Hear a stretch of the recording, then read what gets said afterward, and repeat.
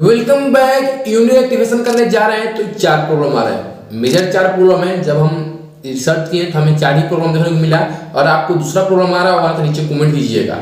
First problem क्या रहा है हम देखिए, एक अगर बताएंगे आपको हम तो देखिए फर्स्ट प्रॉब्लम क्या रहा है कि आधार और यूने मिसमैच। जो आपका आधार है ना वो यूने से मिसमैच आ रहा है। कहने का मतलब जब ये आपको एरर आ रहा है आधार से आपका डिटेल मैच नहीं कर रहा है। जब आप अपने ईपीएफओ में जब अपने अकाउंट ओपन कराए होंगे, कंपनी में गए होंगे ना, जो आधार आपने दिए होंगे या आप आधार नहीं दिए होंगे तो वहां पर आपका नेम कुछ और होगा और आधार पर आपका नेम कुछ और है तो मिसमैच हो जाएगा। या कभी कभार गलत नंबर भी डालता है तो मिसमैच प्रॉब्लम आता है। तो आपको घबराने वाली बात ना है। जो हमको बताया है ना कि अगर डिटेल जो नेम है, डेट ऑफ बर्थ है करेक्ट नहीं रहेगा, जो आपका ईपीएफओ रिकॉर्ड में है वही आपके आधार में होना चाहिए। और नहीं रहेगा ना तो आप कितना बार भी प्रयास कर लीजिए अपने यूनिट एक्टिवेशन करने का, नहीं होगा तो नहीं होगा। जब आपका ईपीएफओ में अकाउंट ओपन हुआ होगा तो आपको स्लिप मिला होगा, तो स्लिप से देखिए आपका डिटेल मैच कर रहा है या नहीं कर रहा है। नेम, डेट ऑफ बर्थ जो भी है मैच कर रहा है या नहीं कर रहा है। इतना ही नहीं, जो मोबाइल नंबर है ना मोबाइल नंबर भी सेम होना चाहिए।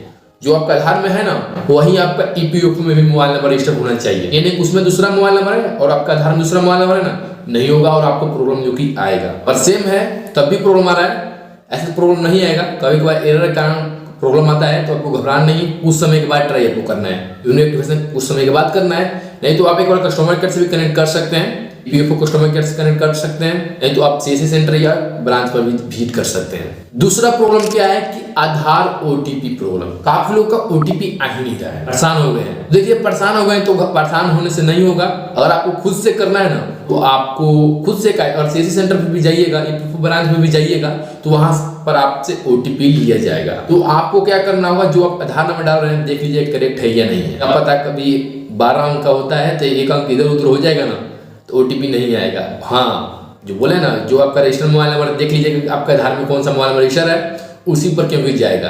दोनों नंबर सेम होना चाहिए, ये भी आप लोग ध्यान रखिएगा। तो एक बार चेक कर लीजिएगा। थर्ड प्रॉब्लम क्या है कि फेस ऑथेंटिकेशन फेल्ड। जब आप जाते हैं अपना फेस ऑथेंटिकेशन करने से यूनिट एक्टिवेशन करने तो वहां पर आपका फेस ऑथेंटिकेशन होता है। अगर आपका फेस सर्कल के अंदर वेरीफाई नहीं हो रहा है, फेल्ड हो जा रहा है, तो इसके पीछे रीजन ये भी हो सकता है काफी पुराना आपका आधार कार्ड होगा, कभी आपने अपडेट नहीं कराया होगा।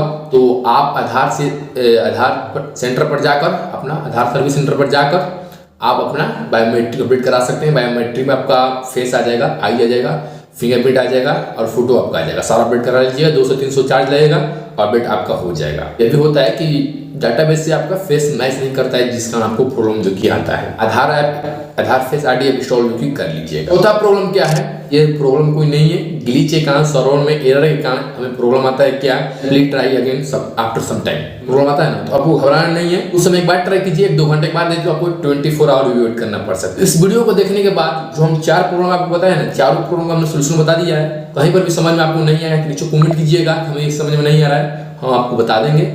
और दूसरा कोई प्रॉब्लम आ रहा है ना तो आप वो भी कमेंट कीजिएगा, नहीं तो आप हमारे इंस्टाग्राम में मैसेज कीजिएगा कि हमें ये प्रॉब्लम आ रहा है, हम आपको सोल्यूशन जो कि बता देंगे। चैनल को सब्सक्राइब कर लीजिएगा। जो भी माइंड में अभी भी डाउट तो बोलिए, कमेंट कीजिएगा। जय हिंद, जय भारत।